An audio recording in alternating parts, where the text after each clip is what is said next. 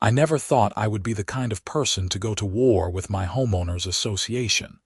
But then again, I never expected them to threaten my family's safety over a damn propane heater. My name is Trevor Erikson, and I live in Boulder Creek Estates, a residential community just outside Denver, Colorado. My wife Rachel and I bought our house here 3 years ago, back when we were young and naive enough to think that an HOA would just handle the landscaping and make sure nobody painted their house hot pink. We learned pretty quickly that homeowners associations are less about maintaining property values and more about giving bored, middle-aged busybodies something to do with their time. The trouble started on a Tuesday morning in late January. I was in my garage workshop, trying to get some actual work done. I run a small furniture restoration business out of my home, which the HOA grudgingly approved after 6 months of paperwork and 3 different committee reviews. The garage had always been drafty, but this winter was something else. Colorado winters can be brutal, but this particular cold snap had temperatures dropping to negative 15 degrees at night and barely climbing above 10 during the day. My regular space heater had died the week before, and I had replaced it with a Mr. Heater Big Buddy propane unit.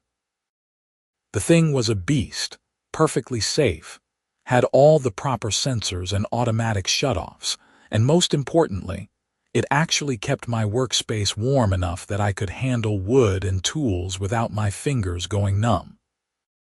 I had it running on a Tuesday morning when I heard the distinctive click-clack of high heels on my driveway. I looked up to see Patricia Blackwell, the HOA president, marching toward my open garage door like she was leading a military invasion. Patricia was exactly what you would picture when you think of an HOA president. A 52-year-old woman with an asymmetrical blonde haircut that probably cost $300 to maintain, designer athleisure, or that she definitely did not exercise in, and an expression that suggested she had just discovered someone had left their trash cans out past noon on collection day. "Mr. Erikson," she said, her voice carrying that particular tone of false politeness that barely masked contempt. "We need to discuss your flagrant violation of community standards." I set down the piece of oak I had been sanding and walked toward her, keeping the propane heater between us. "Morning, Patricia. What violation would that be?" She pointed at the heater like it was a pile of radioactive waste. That dangerous, unsightly device you have operating in your garage. Several neighbors have reported seeing it, and I have confirmed that it is absolutely not in compliance with our community guidelines.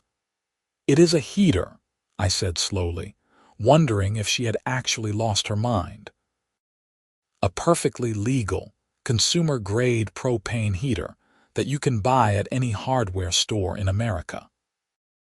Section 7, Paragraph 4 of the Boulder Creek Estates Community Guidelines explicitly prohibits the storage and use of propane tanks on residential properties, Patricia said, pulling out her phone and reading from it like she was reciting scripture.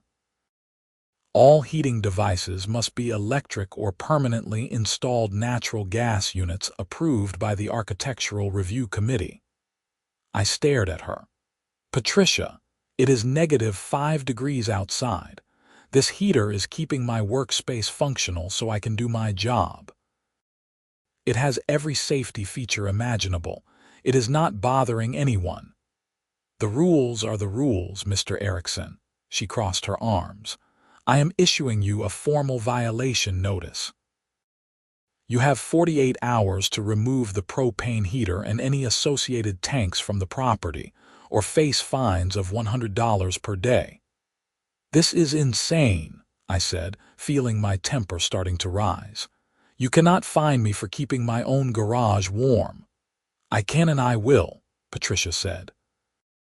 "This is a matter of safety and community standards. What if that thing exploded? What if it leaked carbon monoxide and killed someone? The HOA has a responsibility to all residents. It has oxygen depletion sensors and tip-over protection, I argued. It is safer than half the furnaces in this neighborhood. Patricia was already walking away. 48 hours, Mr. Erikson. I suggest you use them wisely. I stood there in my garage, watching her high-heeled retreat, and felt something snap inside me. I had dealt with Patricia's nonsense for 3 years. I had repainted my front door because the original color was not on the approved list, even though it was literally the color the house came with. I had replaced my mailbox because it was 2 inches shorter than the required height. I had even dug up and replanted my wife's entire flower garden because Patricia claimed the petunias were not drought-resistant native species, which was apparently a requirement nobody had ever mentioned when we bought the house. But this was different. This was not about aesthetics or property values. This was about my ability to work and earn a living during one of the coldest weeks of the year. I went inside and found Rachel in the kitchen, working on her laptop.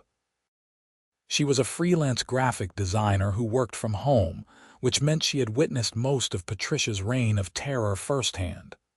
"Patricia was just here," I said. Rachel looked up, concerned. "What now?" "She is trying to ban my propane heater. Says it is against HOA rules.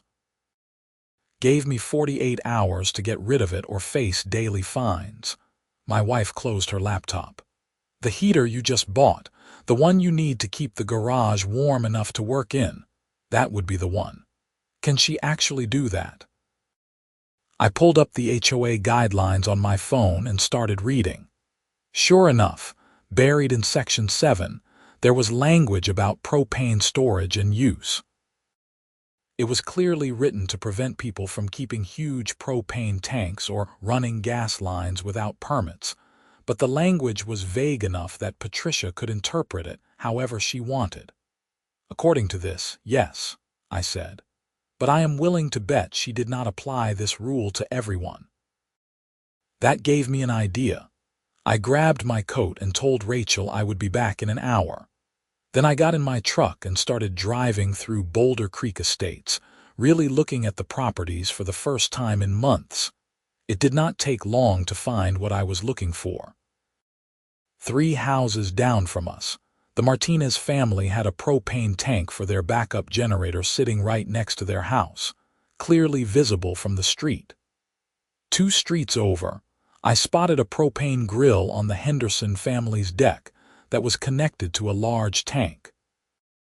4 more houses had similar setups. I took photos of everything, but the real jackpot came when I drove past Patricia's own house, a sprawling 2-story colonial on the corner lot that she reminded everyone was the largest property in the development. There, sitting on her back patio and clearly visible from the side street, was a built-in propane fire pit with a tank that had to be at least 50 pounds. I took several photos, making sure to capture the address numbers visible on her house, and drove home with a grim smile on my face. That evening, I drafted an email to Patricia and the entire HOA board. I attached the photos and wrote a detailed explanation of my findings. I pointed out that the propane rule, if it was going to be enforced against me, needed to be enforced equally against everyone, including the HOA president herself. I requested a hearing before the board to discuss the matter.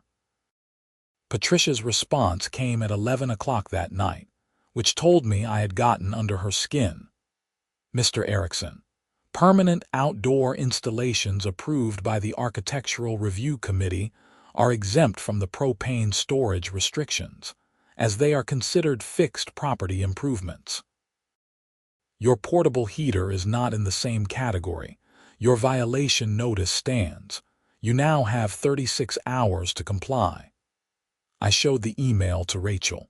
"Permanent installations. Her fire pit is just sitting on the patio. I could move it with a hand truck." "She is making up rules as she goes," Rachel said. "This is ridiculous." I know, and I am done playing her game. I spent the next day doing research. I looked up Colorado state laws regarding homeowners associations, read through our entire community guidelines document, and made some phone calls to a lawyer who specialized in HOA disputes. What I learned was both encouraging and infuriating. The encouraging part was that HOAs in Colorado were subject to state law, and they could not enforce rules that violated state statutes or that were applied discriminatorily. The infuriating part was that fighting an HOA in court was expensive, time-consuming, and often ended with the homeowner losing even when they were right, simply because the HOA had deeper pockets and more resources. But I also learned something else. The Boulder Creek Estates HOA was responsible for maintaining the common areas, which included the community clubhouse, the pool that nobody ever used, and most importantly, the central boiler system that provided heat to the clubhouse and the small gym facility attached to it. I had never paid much attention to the clubhouse. Rachel and I were not exactly the community event types, and the gym was a joke, just a room with 3 treadmills and some free weights. But I knew that Patricia practically lived at the clubhouse.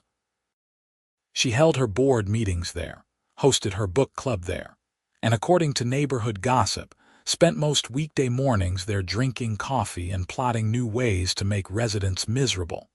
The clubhouse boiler system was old. I knew this because there had been several special assessments over the past few years to fund repairs and maintenance. The system ran on natural gas, but it was finicky and prone to breaking down in extreme cold. Weather reports were predicting the cold snap would continue for at least another week, with temperatures potentially dropping even lower. And I had just remembered something interesting from the last HOA newsletter. I dug through my email until I found it. There it was, buried in the treasurer's report. The HOA had deferred maintenance on the clubhouse boiler system to next fiscal year due to budget constraints. They were running on borrowed time with equipment that was probably 30 years old. An idea started forming in my mind. It was petty. It was probably going to make my life more complicated, and I absolutely loved it. The 48-hour deadline came and went. I kept my propane heater running in the garage. I was working on a commissioned piece, a beautiful antique dresser that needed its veneer repaired, and there was no way I was going to let the cold ruin 3 weeks of careful work. Right on schedule, I received an email from Patricia at 8:47 a.m. on Thursday morning. Mr. Erikson, you are now in violation of your notice and accruing fines of $100 per day. Additionally, if the propane heater is not removed within the next 24 hours, the HOA will pursue legal action to compel compliance and recover all costs associated with enforcement. I did not respond. Instead, I went to work on my plan. First, I needed information. I called the clubhouse, knowing that Patricia would be there for her Thursday morning coffee social. When she answered, I disguised my voice slightly and asked about renting the facility for a family event in March. "Oh, that should be fine," Patricia said, her voice taking on the fake sweet tone she used when she thought someone might give money to the HOA. "Though I should mention we are having some minor issues with the heating system. Nothing to worry about, but we are keeping the thermostat a bit lower than usual to avoid overtaxing the boiler." "Is it going to be fixed by March?" I asked. "Oh, absolutely," she said quickly. "We have a technician scheduled to service it. It is just this terrible cold snap putting strain on all the older systems." I thanked her and hung up. So the boiler was already struggling, and Patricia was worried about it breaking down completely. Perfect. Next, I needed to understand exactly how much the HOA depended on that clubhouse. I started going through old newsletters and meeting minutes that were posted on the community website. What I found was enlightening. Patricia had spent the past 2 years transforming the clubhouse into her personal kingdom. She had organized weekly events, monthly board meetings, a Tuesday morning coffee club, a Wednesday afternoon yoga class, a Thursday book club, and a Friday evening wine tasting group. She had even started renting it out to residents for private events, with all rental fees going into the HOA's operating budget. The clubhouse was generating about $1,500 a month in rental income. More importantly, the February calendar was completely booked. There was a baby shower scheduled for Saturday, a birthday party on Sunday, Patricia's book club meeting on Thursday, and various other events scattered throughout the week. All of them were depending on the clubhouse being warm and functional. I sat back and thought through the ethics of what I was considering. Was it fair to make everyone else suffer because of Patricia's tyranny? Probably not. Did I care at this point? Not particularly. Patricia had spent 3 years making life difficult for everyone in the neighborhood, and the rest of the board just went along with whatever she wanted because it was easier than arguing with her. Sometimes people need to experience consequences before they change their behavior. Friday morning, I received another email from Patricia, this one more threatening than the last. The fines were now at $200, and she had CC'd the HOA's attorney on the message. I deleted it and kept working. That afternoon, I noticed Patricia's car parked at the clubhouse. I waited until I saw her leave, then drove over there myself. The building was unlocked because it usually was during the day, and I walked inside like I had every right to be there. The heating system was easy to find. There was a utility room in the back, and the door was not even locked. Inside, I found the ancient boiler, humming and clanking as it struggled to keep up with the demand. I am not a heating expert, but I know my way around mechanical systems from my restoration work. I looked at the setup. The boiler was running constantly, which was not good for a system that old. The thermostat in the main room was set to 72 degrees, which was insane given the outside temperature and the age of the equipment. Someone had taped a note next to it. Do not adjust by order of HOA board. I did not touch anything. I did not sabotage anything. I did not need to. The boiler was already on the edge of failure, held together by duct tape and prayers. Patricia was running it at full capacity during the coldest week of the year, and physics was going to do my work for me. All I had to do was wait. Saturday morning came, and I was in my garage with my propane heater running, working on the dresser, when I heard the commotion outside. I looked out to see several cars pulling into the clubhouse parking lot. The baby shower was starting. I went back to work and waited. 45 minutes later, I heard shouting.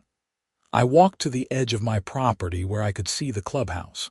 People were streaming out of the building, and I could see Patricia's car screeching into the parking lot. I could not resist. I walked over, keeping my distance but close enough to hear what was happening.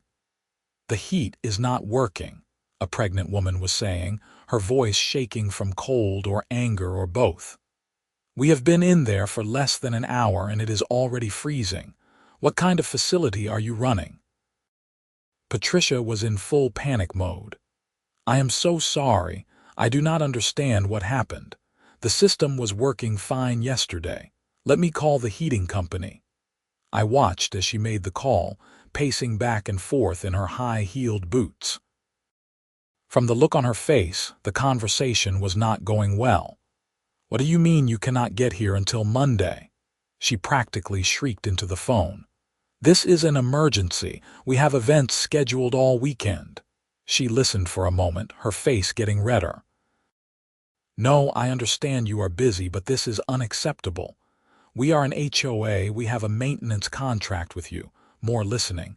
Then her shoulders sagged. "Fine. Yes, first thing Monday morning, thank you." She turned to the group of women standing in the cold. "I am terribly sorry, but the heating company cannot get here until Monday. I am going to have to cancel the event and refund the rental fee." "Cancel," the pregnant woman said. "I have 40 people coming to this shower. I have food being delivered in an hour. You cannot just cancel."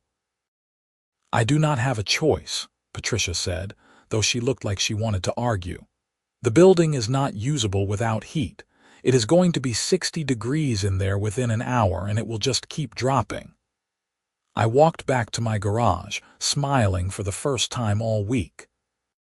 By Sunday afternoon, word had spread through the neighborhood.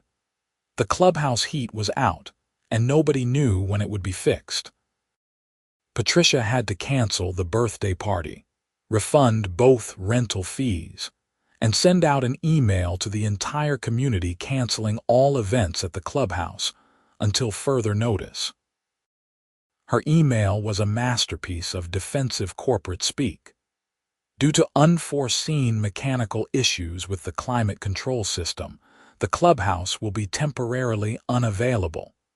We apologize for any inconvenience and are working diligently to resolve the situation as quickly as possible. I replied to the community-wide email with a simple message. That is unfortunate. I hope everyone is staying warm in their homes. Personally, I have been using a propane heater in my garage and it has been working great. Very safe and reliable. Happy to recommend the brand if anyone is interested. My phone rang 5 minutes later. It was Patricia and she was absolutely furious. "You think you are funny, Mr. Erikson," she snarled, all pretense of politeness gone. "You think this is a joke." "I think it is interesting timing," I said calmly. "Your clubhouse loses heat the same week you are trying to fine me for staying warm in my own garage. Almost poetic, really." "You did something to that boiler," she accused. "I know you did. I am going to prove it, and when I do, I am going to have you arrested." "I have been in my garage all week, working on a client's furniture," I said. "But please, feel free to check the security cameras at the clubhouse." "Oh wait, the HOA voted against installing those last year because they were too expensive, right?" I could hear her breathing heavily on the other end of the line. "Your fines are now up to $400 and they are going to keep climbing. I hope your little propane heater is worth it." "You know what?" I said, my own anger finally breaking through. "Fine me, sue me. Do whatever you want. But I am not removing that heater. It is legal, it is safe, and I need it to do my job. And if you have a problem with that, maybe you should focus less on harassing residents and more on maintaining the community facilities that we all pay for through our dues." I hung up before she could respond. Rachel had been listening from the doorway.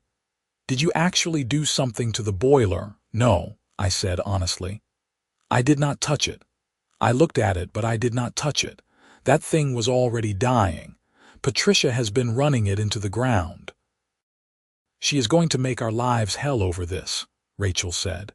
"She was already making our lives hell," I pointed out.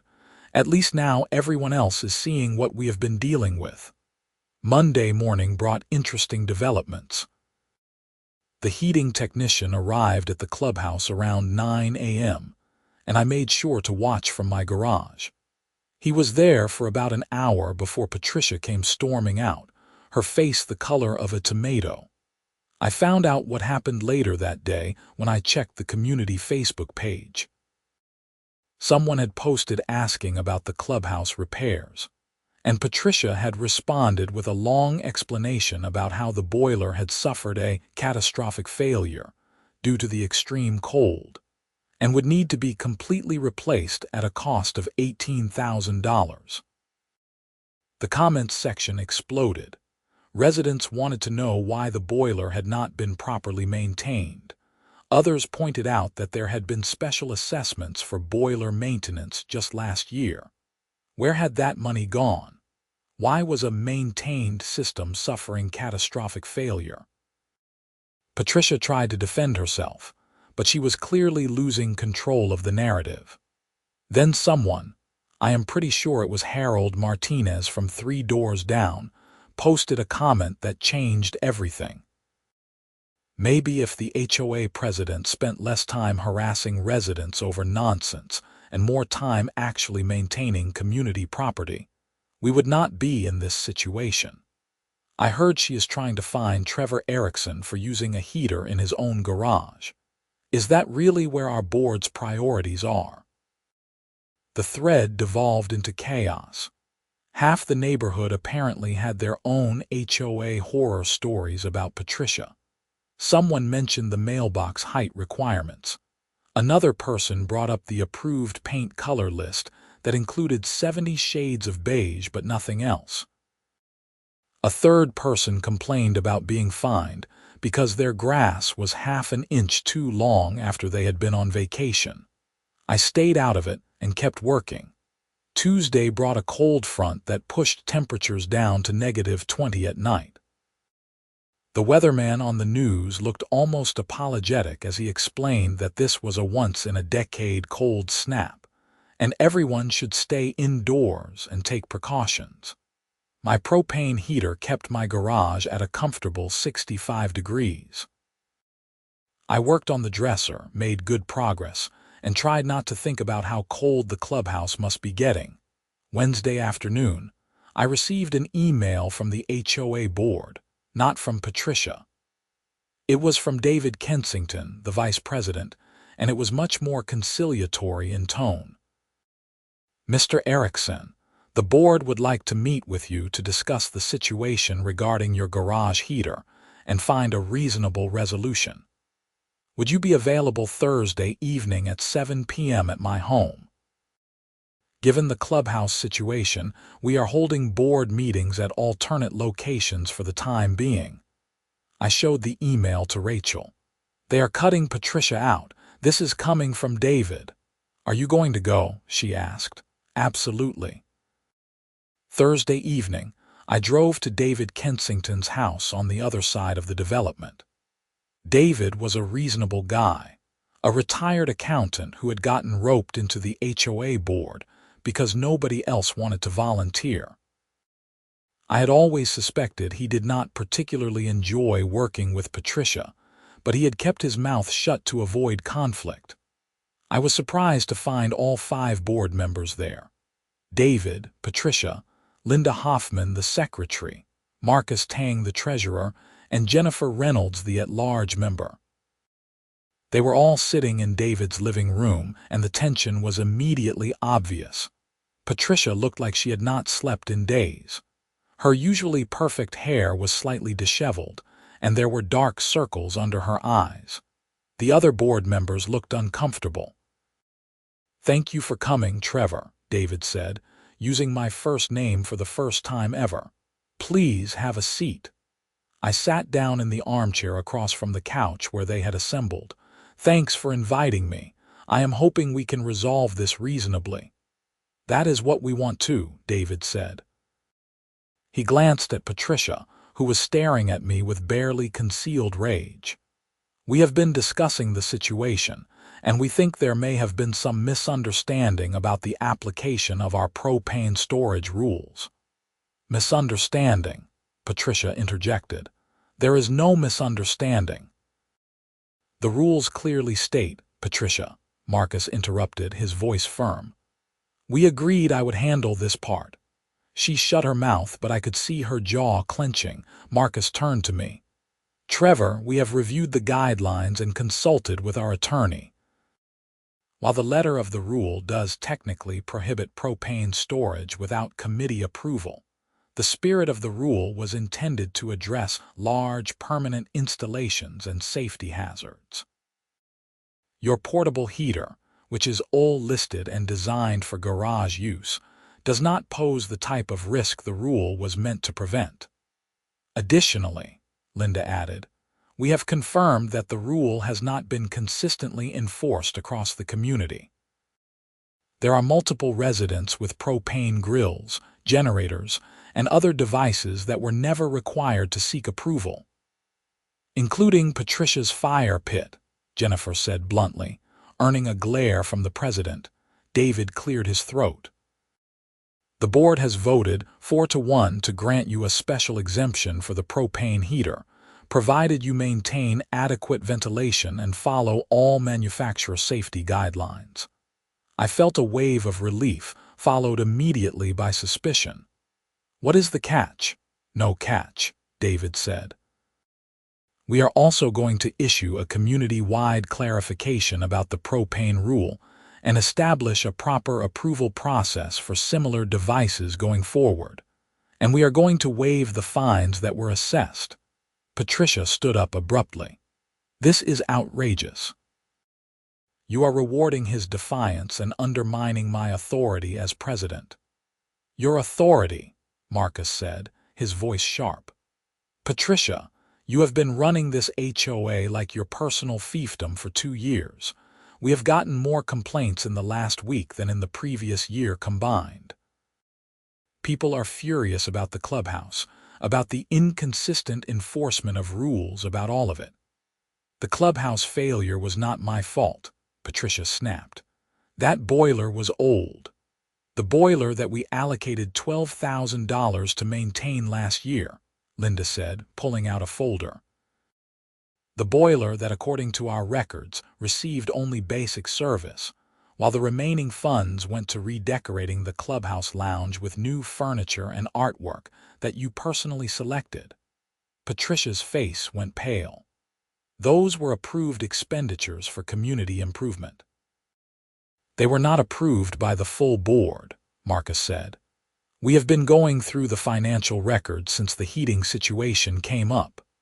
Patricia, you have been making unauthorized purchases and reallocating maintenance funds without proper board votes. That is not just bad management. It might actually be illegal. I sat very still, realizing this meeting had become something much bigger than my propane heater. David looked tired. Patricia, the board is asking for your resignation as president, effective immediately. We will conduct a special election for a replacement. You can remain on the board as a regular member if you choose, but we cannot have you in a leadership position given these financial irregularities. You cannot force me to resign, Patricia said, but her voice had lost its edge. Actually, we can, Marcus said. The bylaws allow for removal of officers by a majority vote of the board. We have 4 votes. You have 1. It is over, Patricia. She stood there for a long moment, and I almost felt sorry for her. Almost. Then I remembered the 3 years of petty tyranny, the stress, the wasted money on compliance with arbitrary rules, and my sympathy evaporated. Fine, Patricia finally said. You want to run this association into the ground. Be my guests. I quit. Not just as president. I am off the board entirely. And Trevor, she turned to me, I hope you are happy. You have destroyed this community. I wanted to use a heater in my garage, I said quietly. You are the one who turned it into World War III. She grabbed her purse and stormed out, slamming the door hard enough to rattle the windows. The remaining 4 board members sat in silence for a moment. Then Jennifer started laughing, and after a moment the others joined in. It was the kind of exhausted, relieved laughter that comes after a long ordeal finally ends. Well, David said, wiping his eyes, that could have gone worse. Trevor, I apologize, Marcus said. We should have reined Patricia in a long time ago. We all just went along because it was easier than fighting with her about every little thing. I understand, I said. Believe me, I understand that impulse completely. The heater is fine, David confirmed. Use it as long as you need to, and again, we are waiving all fines. You will receive a formal letter to that effect within the week. What about the clubhouse? I asked. What is going to happen with that? Marcus sighed. We are getting estimates for boiler replacement. It is going to be expensive, and we will probably need a special assessment. But we are also going to hire a forensic accountant to go through the last 2 years of finances and figure out exactly what Patricia spent money on and whether any of it was improper. If she stole from the HOA, are you going to press charges? I asked. The board members looked at each other. That depends on what we find, David said carefully. If it was just poor management and bad decisions, probably not. If she actually embezzled funds, then yes, we will have to involve the police. We have a fiduciary duty to the community. I left the meeting feeling lighter than I had in weeks. I drove home and told Rachel everything that had happened. She is really gone, Rachel asked, her eyes wide.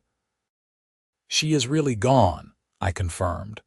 David is interim president until they hold elections. Marcus is going to take over financial oversight. The whole board seems determined to actually function like reasonable human beings. What about the clubhouse? They will fix it eventually. But it sounds like Patricia was playing fast and loose with the money, so there is going to be an investigation. Rachel hugged me. You did it. You actually beat the HOA. I did not bait them, I said. I just refused to let Patricia bully me, and it turned out other people were tired of being bullied too. The board was not the problem. Patricia was. The cold snap finally broke on Saturday, with temperatures climbing back up to an almost balmy 35 degrees. My propane heater had kept my garage warm through the entire week, and I had finished the dresser restoration ahead of schedule. The client was thrilled with the work, and I had another commission lined up. The following Monday, I received the formal letter from the HOA withdrawing all fines and granting permission for the propane heater. It was signed by David Kensington as interim president, and the tone was night and day different from Patricia's threatening emails. The community Facebook page had become surprisingly active. Without Patricia's heavy-handed moderation, people were actually talking to each other, sharing complaints and suggestions for how the HOA should be run. Someone created a poll about what color people wanted to be allowed to paint their front doors, and anything you want was winning by a landslide. A special community meeting was scheduled for the following Saturday to discuss the clubhouse repairs and the financial situation. Rachel and I decided to attend, figuring we should at least stay informed about what was happening. The meeting was held at the local community center since the clubhouse was still out of commission. I was surprised to see nearly 100 residents show up. Normally, HOA meetings attracted maybe a dozen people at most. David called the meeting to order and outlined the situation. The boiler replacement was going to cost $22,000, more than the original estimate, because of additional repairs needed to the heating system. He proposed a special assessment of $300 per household to cover the cost. Someone raised a hand.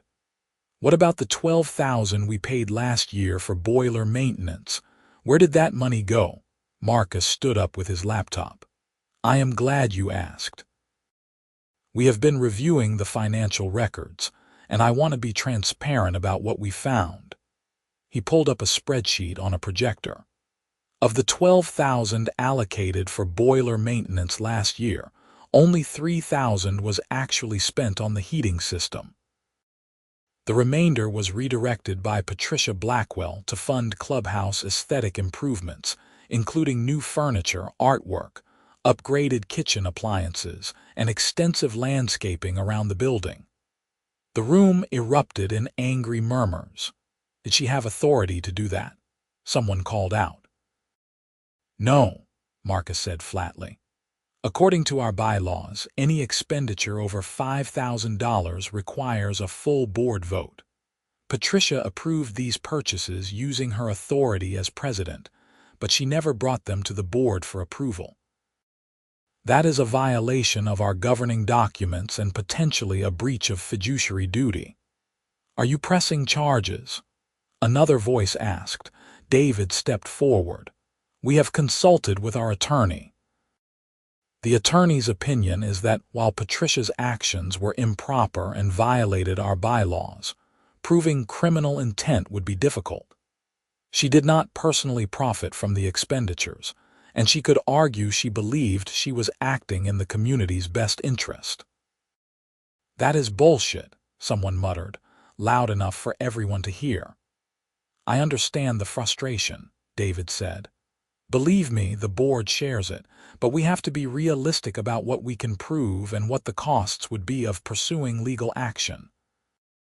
Our attorney estimates that a lawsuit against Patricia could cost $20,000 to $30,000 in legal fees, with no guarantee of recovering any money.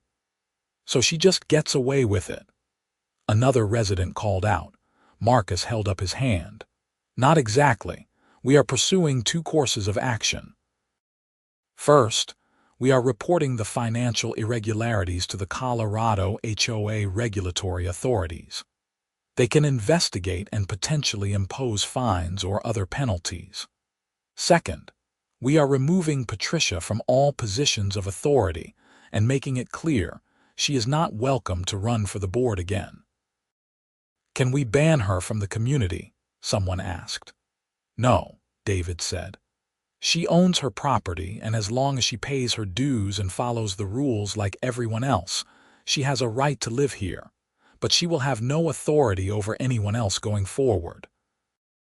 The discussion continued for another hour, covering everything from the special assessment to proposed changes to the bylaws to prevent future abuses. Eventually, the community voted to approve the special assessment, establish new financial oversight procedures, and schedule elections for a full new board in 60 days. As the meeting was breaking up, several neighbors came over to talk to me. Harold Martinez clapped me on the shoulder. "We owe you one, Trevor. If you had not stood up to Patricia over that heater, we might never have looked into what she was doing." "I just wanted to stay warm," I said with a laugh, "but I am glad something good came out of it." A woman I did not recognize well approached. "I am Carol Stevens, from the other side of the development. Patricia fined me $400 last year because my kid left his basketball hoop in the driveway overnight. She said it was a violation of the stored equipment rule. I paid the fine because I did not know I could fight it." "Is there any way to get that money back?" Marcus overheard and jumped in. "Come to the board office hours we are setting up. We are reviewing all fines assessed in the past 2 years to make sure they were legitimate. If Patricia was abusing the fine system, we want to make it right." I watched as a line formed of people wanting to talk to the new board about past grievances. Rachel squeezed my hand. "You started a revolution," she whispered. "I started a fire in my garage," I corrected. "The revolution was already waiting to happen." Over the next few weeks, Boulder Creek Estates transformed. The new board, with David as interim president, proved to be reasonable and responsive. They set up an online portal for rule clarification requests. They published monthly financial statements. They even created a community suggestion box and actually responded to the ideas. The forensic accountant finished reviewing the HOA finances and confirmed that Patricia had redirected approximately $37,000 over 2 years, mostly from maintenance budgets to aesthetic improvements. While technically improper, she had not pocketed any money personally, which made criminal prosecution unlikely. The Colorado HOA Regulatory Board imposed a $2,000 fine against her and issued a formal reprimand, but that was the extent of the official consequences. Patricia put her house on the market in March. According to the neighborhood gossip mill, she was moving to Arizona to live near her daughter. I saw her once more before she left, loading boxes into a moving truck. She saw me watching from my driveway and just stared for a moment before turning away without a word. I did not feel triumphant. Mostly, I just felt tired. The clubhouse got its new boiler installed in late February, and the facility reopened in early March. The first event held there was a community welcome coffee, hosted by the new board, where they presented their vision for a more collaborative and transparent HOA. Over 60 people attended.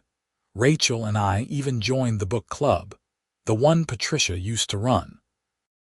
It turned out to be pretty enjoyable when it was actually about discussing books, instead of Patricia lecturing everyone about her interpretations. My propane heater served me well through the rest of the winter. When spring finally arrived and the temperatures climbed back to reasonable levels, I packed it away in my storage closet, knowing I could pull it out again next year without fear of fines or harassment. The special election for the board was held in April. David ran for president and won overwhelmingly. Marcus kept his position as treasurer. 3 new members joined the board, all of them seemingly normal people who just wanted the HOA to function properly. One of the new board members' first actions was to overhaul the community guidelines. The approved paint color list was scrapped entirely, replaced with a simple rule: nothing fluorescent or offensive. The mailbox height requirement was changed to a range instead of a specific measurement. The rule about propane storage was rewritten to be clear and reasonable, allowing normal household use of propane grills, heaters, and other consumer devices without requiring committee approval. In June, I got an unexpected visitor. It was a lawyer representing Patricia, delivering a letter.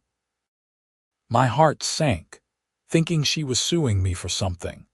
The letter was actually an apology, though it was written in the stiff, formal language of someone whose attorney had drafted it. Patricia acknowledged that she had overstepped her authority in enforcing HOA rules, and that she regretted any distress caused to me and my family. She hoped I would accept her sincere apologies and consider the matter closed. I showed it to Rachel. "What do you think? Is this genuine?" Rachel read it twice. "I think her lawyer told her to send it to avoid any potential lawsuit from you. But who cares? She is gone, the HOA is better, and we can paint our door any color we want. That is a win." She was right, of course. I filed the letter away and forgot about it. Life returned to normal, or as normal as it gets in a suburban HOA community. I continued my furniture restoration business, my propane heater ready for next winter in the storage closet. Rachel's design work was going well. We even hosted a summer barbecue in our backyard, something we had never felt comfortable doing when Patricia was in charge, always afraid she would show up to cite us for some imaginary violation. The new board proved to be everything Patricia's regime was not. They were responsive, reasonable, and actually seemed to care about making the community a better place to live rather than just enforcing rules for the sake of rules. The clubhouse became a real community gathering place, with events that people actually wanted to attend. In August, I was working in my garage on a humid afternoon when David Kensington stopped by. He had come to ask if I would consider running for the board in the next election cycle. "We need people who are not afraid to stand up for what is right," he said. "You proved you have the backbone for it." I thought about it for exactly 3 seconds before declining. I appreciate the offer, but I spent 3 years being terrorized by the HOA. I am happy to be a regular resident who just pays his dues and lives his life. David laughed. "Fair enough. But if you change your mind, the offer stands." As summer turned to fall and fall began its slide toward winter, I found myself actually feeling grateful for the way things had turned out. Yes, the whole situation with Patricia and the propane heater had been stressful and absurd, but it had also been a catalyst for real change in the community. People were friendlier now. Neighbors actually talked to each other instead of everyone staying isolated in their homes, afraid of attracting HOA attention. There was a sense of community that had been missing before.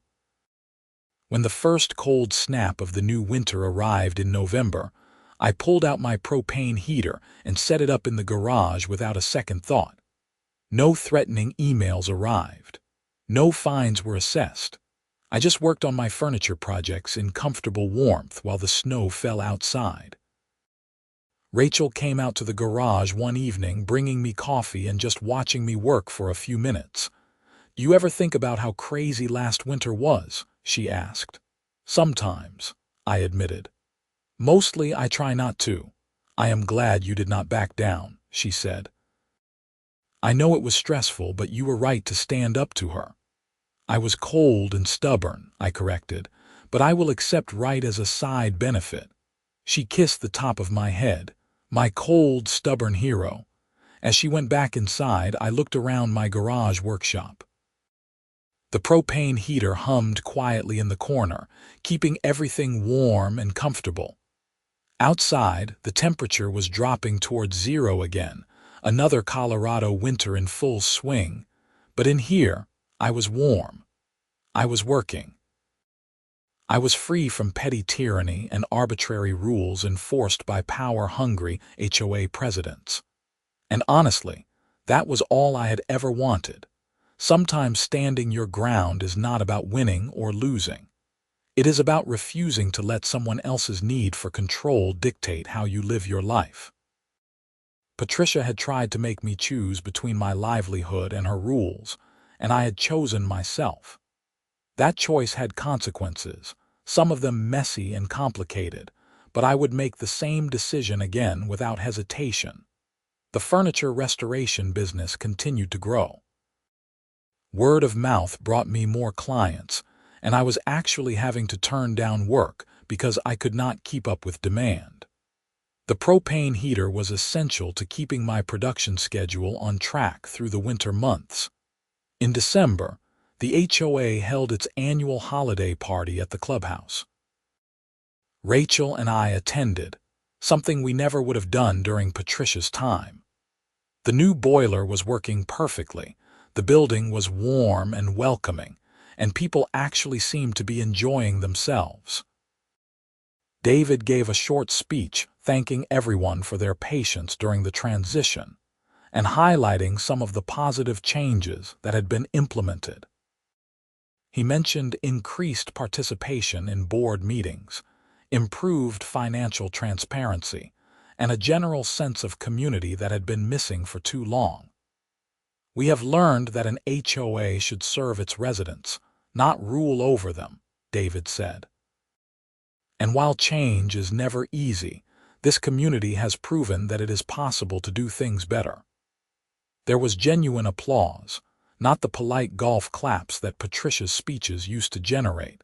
As Rachel and I drove home that night, I realized I had stopped thinking of the HOA as the enemy.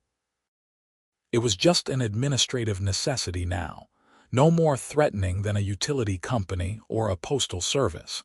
It existed to maintain common property and enforce reasonable rules, nothing more and nothing less.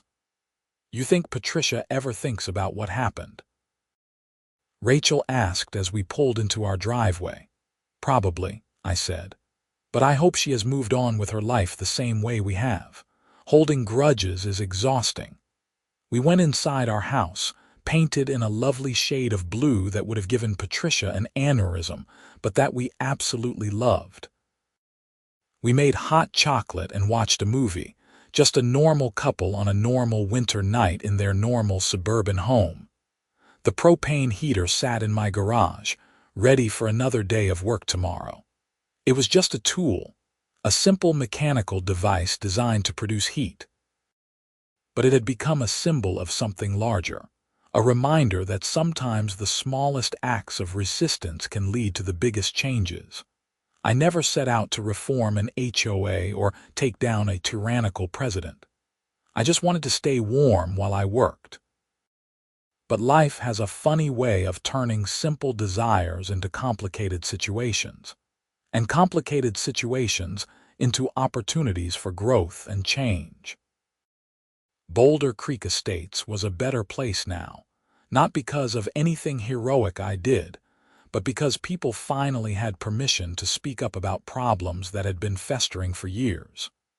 My refusal to remove the propane heater had been a catalyst, nothing more. The real work had been done by residents who decided they deserved better and by board members who were willing to step up and lead differently. As winter deepened, and the year drew to a close, I found myself looking forward to the future in a way I had not for a long time. The community felt like an actual community now.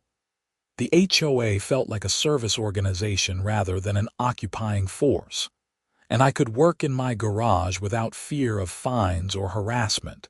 In the grand scheme of things, it was a small victory. Nobody would write history books about the HOA president who abused her power and the furniture restorer who stood up to her over a propane heater. But for the 147 families living in Boulder Creek Estates, it mattered. They had their community back, and that was worth celebrating. The final irony came in late January, almost exactly a year after the whole situation had started. I received a notice from the new board that they were updating the community newsletter and wanted to feature local businesses run by residents. They asked if I would be willing to have my furniture restoration business highlighted. I agreed, and the article appeared in the February newsletter. It included photos of some of my recent projects, information about my process, and a quote from me about the importance of preserving quality craftsmanship. At the end, there was a casual mention that I worked out of my garage workshop, which he keeps comfortable year-round using safe, modern heating equipment. It was a tiny acknowledgement, barely noticeable unless you knew the backstory, but to me, it felt like closure.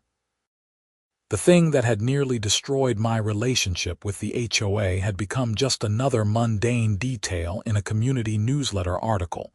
Rachel laughed when she read it. "They are trolling Patricia's memory," she said. "They are just stating facts," I said, but I was smiling too. Life moved forward, as it always does.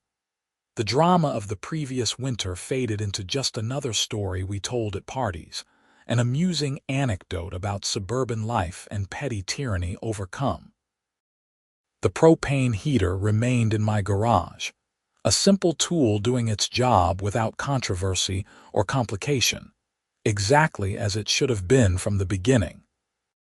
And on the coldest nights, when the temperature dropped below zero and the wind howled around the house, I would be out in my garage, comfortably warm, working on beautiful old furniture that deserved a second life. The heater would hum quietly in the corner, and I would think about how strange it was that something so simple had caused so much trouble and ultimately led to so much positive change.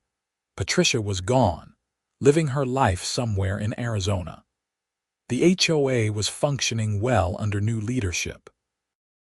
The community was healthier and happier. My business was thriving, and I was warm.